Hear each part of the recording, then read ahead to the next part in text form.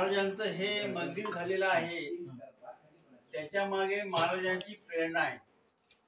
त्याचं असं झालं की मी मंत्रालयामध्ये सेवेला असताना 1966 ते 2000 या कालावधीमध्ये अनेक वेळा विदर्भामध्ये अधिवेशनाच्या निमित्तानं आणि इतर मीटिंगच्या निमित्तानं आमचं जाणं असायचं।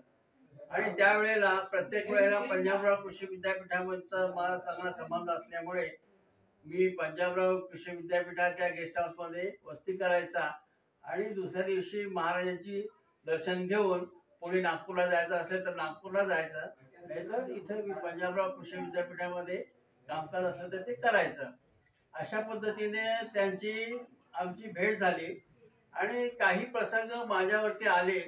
त्यावेळेला मी गजानन महाराजांना बोललो की ह्या प्रसंगातून की मी निभावलो की तुम्हाला तुमची भेट कायमस्वरूपी घेईन। आता काय होतं, 2000 साली मी रिटायर झालो आणि 2002 साली आम्ही कृषी विद्यालयाचं बांधकाम करायला घेतलं। त्यावेळेला मी एक वेळ असं झालं की त्यावेळचे प्रिन्सिपॉल जे होते उदय मयेकर आणि त्यावेळचे कॉन्ट्रॅक्टर होते, त्याचं नाव काय? जोगले नाही, मुंबईचे होते। मुंबईचे नाही, आपले खोंडरला जोगले हा जोगले होते। जोगले मयेकर आणि मी आम्ही इथं उभं होतो आणि उभा असताना आम्ही माझ्या मनात काहीतरी असे विचार आले की इथं महाराजांचं काहीतरी वास्तू सेवेसाठी आपण करायचे, हे माझ्या मनात आलं। काय तर तो जोगळे काय म्हणतोय की साहेब तुम्ही म्हणताय खरं, पण जरी साधी वापरली तरी तुम्ही सागाची लाकडं वापरा। त्यांनी मला सल्ला दिला। तर मी म्हटलं आता एवढे सागाची लाकडं आपल्याला कशी मिळतील असं आम्ही विचारत होतो।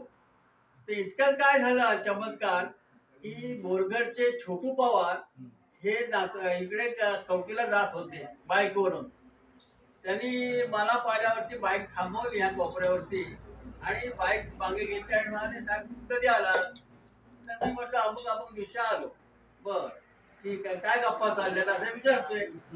ते म्हटलं हे गप्पा अशा चालल्यात की इथं आपली छोटीशी वास्तू व्हावी अशी माझी इच्छा आहे आणि हा म्हणतोय हे सागाचं सामान मिळालं तर उत्तम।